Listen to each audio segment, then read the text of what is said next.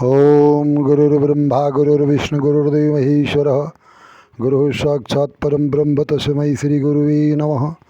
नीलाम्बुजश्यामलकोमलाङ्गं सीतासमारोपितवामभागं पाणौ महासायकचार्चापं नमामि रामं रघुवंशनाथं। बुद्धिहीनतनुजानिकेषु मेरौ पवन कुमार बलवद्विद्या देवमयि हरहु कलेश विकार। प्रिय सज्जनों में सनातन धर्म सम्राट देवर्षि संत विमलेश्वर महाराज अयोध्या बोल रहा हूँ। जब से देश के नेताओं ने महिला बिल महिला आरक्षण किया, तब से सनातन भारतीय संस्कृति और कमज़ोर हो गई। यद्यप देश के कालनेमियों ने, पाखंडियों ने, देश के नेताओं ने, देश के संविधान ने भारतीय संस्कृति को कोमा में डलवा दिया है। ज्ञान, वैराग्य, भक्ति, सनातन धर्म, ये सब बहुत जो है कमज़ोर और जीर्ण शीर्ण हो गए हैं। देश का संविधान और देश के नेताओं को सत्ता से और पार्टी के विजय बोर्ड से प्रेम है, संस्कृति से प्रेम नहीं है। जब इस संसार में निराकार ब्रह्म सृष्टि रचा तो दो रूप अपना धारण किया, नर और नारी, स्त्री और पुरुष। उसी से नारी समाज में सास, ननद, भौजाई, मौसी, बहन जो है बुआ आदि का संबंध संस्कृति बना।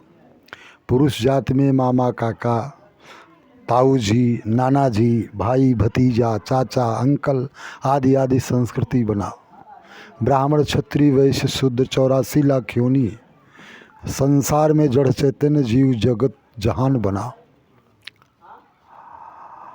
अगर संसार के किसी जड़ चेतन, किसी हरे भरे वृक्ष को पृथ्वी से काट कर अलग कर दो तो कुछ काल के बाद उसकी हरियाली नष्ट हो जाएगी, वो सूख जाएगा, उसके जीवन का सारा अस्तित्व ही खत्म हो जाएगा।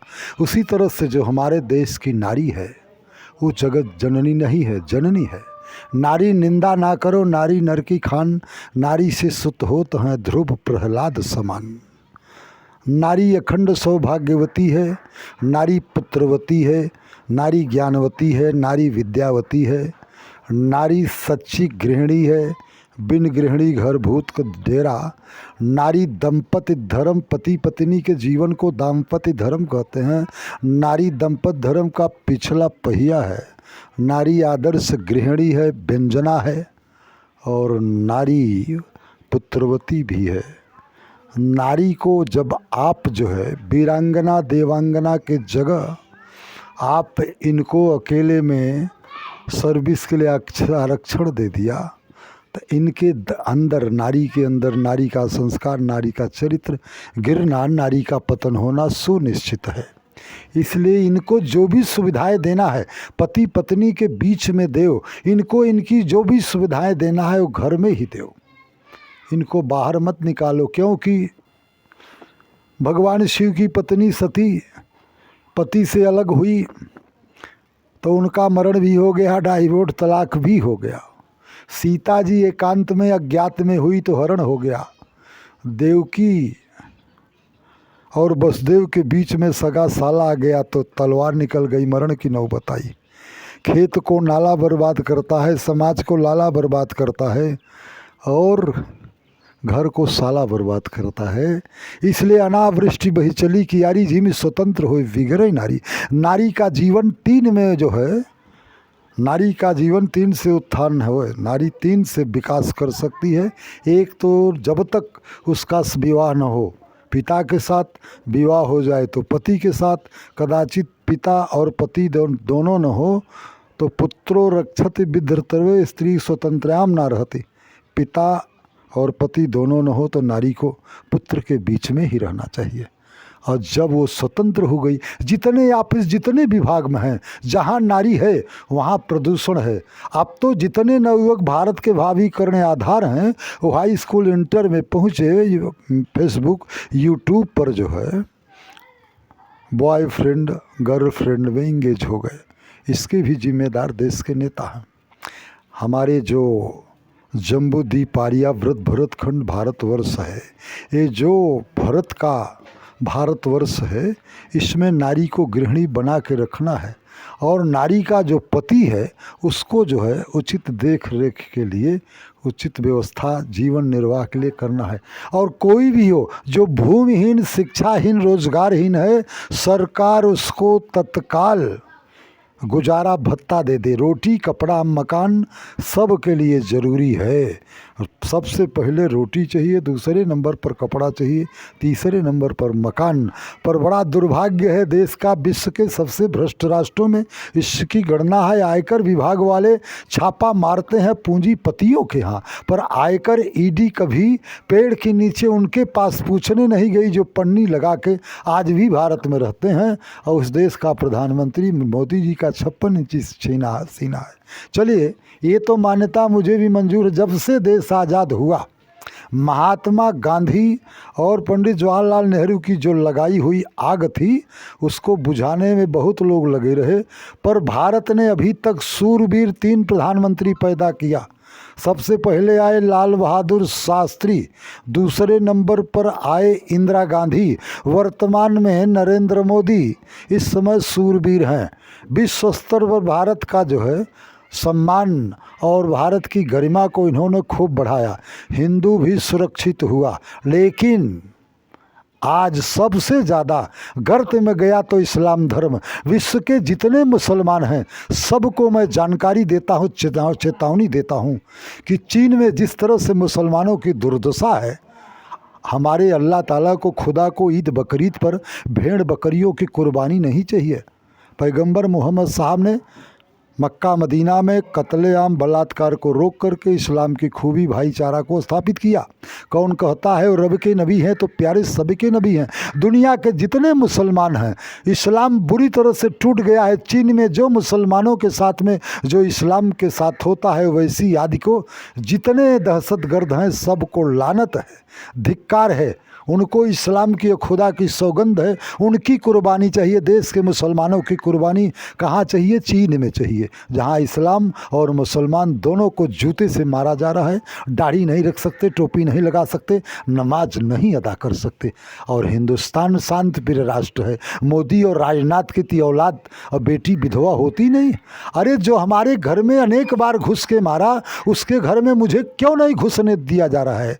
हम मोदी और राजनाथ सिंह से पूछते हैं एक बात, महिला आरक्षण बिल तुरंत जो है खत्म होना चाहिए। उसको पति को बुलाकर, उसकी औलाद को बुलाकर महिला को जो भी सुविधा आपको देना है, आरक्षण बिल के बजाय नारी गुजारा भत्ता दे दो। दंपति धर्म में जो है गुजारा भत्ता बना दे दो और नारी को पतिव्रता बना दो, नारी को सती बना दो। एक भी दुनिया में अगर सती नारी हो जाएगी तो सनातन धर्म, सनातन संस्कृति हमेशा के लिए चिरंजीवी और आबाद हो जाएगा। इसलिए मैं देश के नेताओं से वो कहता हूँ, मोदी जी तुम चुनाव लड़ लो, उसके बाद प्रधानमंत्री भी बन जाओ। योगी को प्रधानमंत्री बनाना है, लेकिन इसके पहले एक चीज़ का ध्यान रहना चाहिए कि तुमने आडवाणी और जोशी को कोई पद पर नहीं रखा। ये तुम्हारे ज़िंदगी की सबसे बड़ी गलती है। गुजरात में जातिवाद नहीं चलता, भाईचारा चलता है। गुजरात में किसी भी मनुष्य, किसी भी स्त्री पुरुष के पीछे जाति नहीं लगाई जाती है। जो है पुरुष है मोदी भाई, नरेंद्र भाई, जो है इस तरह से राहुल भाई, और अगर स्त्री है आनंदी बहन और गोधरा बहन है, इस तरह से नाम लिया जाता है।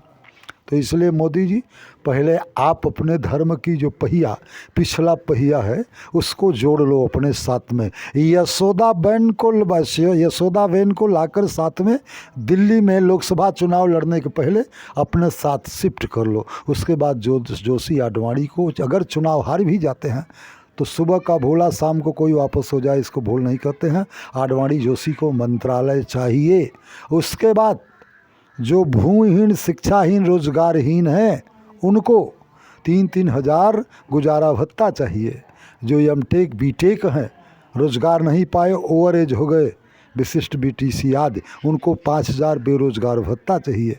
जो IPS IAS का एग्ज़ाम दिए और परीक्षा में नहीं पास हुए, उनको 10,000 बेरोजगार भत्ता चाहिए। उसके बाद भारत के जितने नागरिक हैं, आप सनातन भारतीय संस्कृति का अतिक्रमण मत करिए। हिंदू राष्ट्र मुझे नहीं चाहिए, संस्कृत राष्ट्र चाहिए। और पूरे भारत का जो है जितने कॉन्वेंट वगैरह स्कूल हैं, मदरसे, सबको बंद कर दो। 2000 वर्ष पहले केवल जो है संस्कृत गुरुकुलम चलता था। जो राम के राज्य में, जो परीक्षित के राज्य में, जो विक्रमादित्य के राज्य में, जो दुष्यंत के राज्य में, जो शकुंतला के राज्य में, जो भरत के राज्य में संविधान था, वही राम राज्य परिषद, राम का मंदिर तो बन गया और राम राज्य परिषद संविधान बना दो और भारत के हर बच्चे को गुरुकुलम में डाल दो। जब उसका वेदाचार्य की शिक्षा प्राप्त हो जाए तब उसे मिलिट्री में डाल दो, इजराइल के तर्ज में। भारत का हर नागरिक केवल 5,000 रुपये पर आजीवन उसको आर्मी में डाल दो। देश सुरक्षित हो जाएगा, सूरवीर हो जाएगा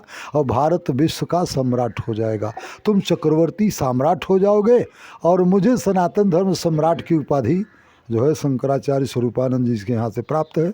यहाँ सबसे पहले आए धर्म सम्राट करपात्री जी, उसके बाद ब्रह्मलीन धर्म सम्राट शंकराचार्य स्वरूपानंद जी, तीसरे में वर्तमान में धर्म सम्राट का आशीर्वाद उनसे मिला है। इसलिए 2024 तक जैसे राम मर्यादा पुरुषोत्तम थे, समुद्र के सामने हाथ जोड़े खड़े थे, उसी तरह से मैं देश के राष्ट्रपति, प्रधानमंत्री, गृहमंत्री के बीच में प्रार्थना कर रहा हूँ कि मुझे संस्कृत राष्ट्र चाहिए और मुझे गुरुकुलम चाहिए। और जो गरीब हैं, जो भूमिहीन, शिक्षाहीन, रोजगारहीन हैं, उनको 3,000 रुपया गुजारा भत्ता और बेरोजगार भत्ता चाहिए। तुम लाल कार्ड उड सब छोड़ दो और उस किसान का भत्ता कम कर दो जो 25 बीघा 30 बीघा का काश्तकार है, उसके यहाँ लाल कार्ड बना हुआ है। 50 बीघे का किसान मनरेगा में उसके बच्चे का नाम है। ऐसे किसान की नागरिकता ख़त्म कर दो, देशद्रोह का मुकदमा डाल दो। जो मुसलमान हिंदुओं को ऊपर डायरेक्ट अटैक करता है बिना कार्यपालिका न्यायपालिका को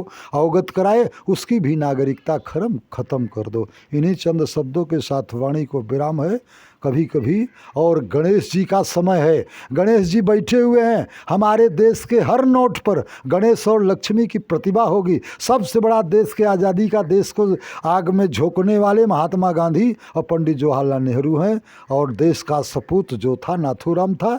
इसलिए नोट में किसी की फोटो नहीं रहेगी, केवल गणेश जी की, लक्ष्मी जी की प्रतिमा नहीं रहेगी। और नहीं करोगे तो जैसे तुलसीदास की प्रार्थना पर अकबर बादशाह के छक्के छुड़ा दिए थे हनुमान जी, उसी तरह से हमारे कमांडो हैं हनुमान जी, साधु संत के तुम रखवारे। 2024 के बाद देश के मुख्य न्यायाधीश, सुप्रीम कोर्ट, राष्ट्रपति, प्रधानमंत्री, गृहमंत्री, लोकसभा, सबको पता लग जाएगा कि हम भारतीय संस्कृति का अतिक्रमण किए हैं तो हम नेचुरल पनिशमेंट के शिकार हुए हैं। बोलिए राजा रामचंद्र की, शंकर भगवान की, उमापति महादेव की, पवन सुत हनुमान की, सत्य सनातन धर्म की जय हो। अधर्म का नाश हो, प्राणियों में सद्भावना हो, विश्व का कल्याण हो। गौ माता की जय हो, गो हत्या बंद हो। हर हर महादेव। ओम शांति शांति शांति।